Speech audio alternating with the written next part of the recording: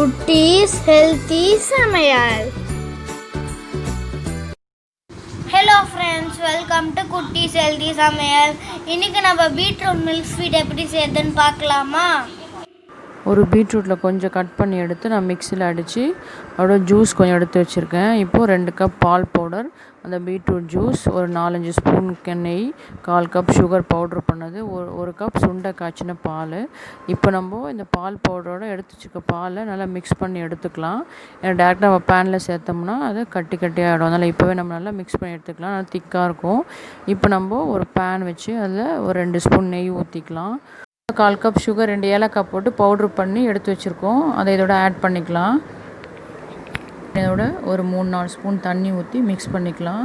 இதுக்கு நம்ம கம்பி பதெல்லாம் தேவையில்லை. நல்ல ஒரு திக்கான கன்சிஸ்டன்சி, நல்லா பொங்கி வரும் பாருங்கள்.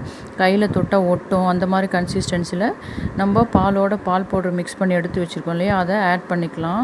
அதை ஆட் பண்ணி நம்ம கைவிடாமல் கலரணும். ஏன்னா நம்ம பால் பவுடர் மிக்ஸ் பண்ணியிருக்க தொட்டு அது சீக்கிரமாகவே நல்லா சுருண்டு வந்துடும், கட்டியாயிடும். நம்ம பால் மட்டுமே வச்சு கூட இதை செய்யலாம். கொஞ்சம் டைம் எடுக்கும். இது ஹார்ட்லி ஒரு 15 மினிட்ஸ் தான் ஆகும் இந்த ஸ்வீட் பண்ணுறதுக்கு. பால் ஆனால் வெறும் பாலில் செஞ்சால் நல்லா சுண்டி வர கொஞ்சம் டைம் எடுக்கும். இப்போ பாருங்கள், இது சீக்கிரமாகவே நல்லா அந்த பால்கோவா ஸ்டேஜுக்கு வந்துருச்சு பாருங்கள், நல்லா கட்டியாக. இப்போ இது பேனில் ஒட்டிச்சுன்னா கொஞ்சம் நம்ம எடுத்து வச்சுக்க நெய் அதோட ஆட் பண்ணி நல்லா மிக்ஸ் பண்ணி விட்டோம்னா ஒட்டாமல் நல்லா இந்த பதத்துக்கு வந்துருச்சு பாருங்கள். இப்போ இதில் கரெக்டாக ஈக்குவலாக ஆஃப் பார்ட் எடுத்து நம்ம நெய் தரணும் பிளேட்டில் ட்ரான்ஸ்ஃபர் பண்ணிக்கலாம். ட்ரான்ஸ்ஃபர் பண்ணிவிட்டு இதை மீதி பாதியை பேன்லேயே சிம்மில் வச்சு நம்ம எடுத்து வச்சுருக்க பீட்ரூட் ஜூஸ் ஒரு 2 ஸ்பூன் ஆட் பண்ணிக்கலாம். ஏன்னா நம்ம ஃபுட் கலர் ஆர்டிஃபிஷியலாக அதை சேர்க்கலை, நேச்சுரலாக நம்ம வெஜிடபிள் கலர் தான் அதை சேர்க்குறோம். நம்ம இந்த பீட்ரூட் ஜூஸ் ராவாக மிக்ஸ் பண்ணுற தொட்டு ஒரு ஃபியூ செகண்ட்ஸ் மட்டும் நம்ம அந்த ஹீட்லேயே வச்சு நல்லா மிக்ஸ் பண்ணி விட்டுக்கலாம். இப்போ நம்ம இந்த ஸ்டவ் ஆஃப் பண்ணிக்கலாம். இந்த ஹீட்லேயே இருக்கட்டும். எவ்வளோ பிங்காக வந்துருப்பாங்க. அதுக்கப்புறம் நம்ம இந்த ஒயிட் ட்ரான்ஸ்ஃபர் பண்ணி நல்லா தட்டி விட்டுக்கலாம்.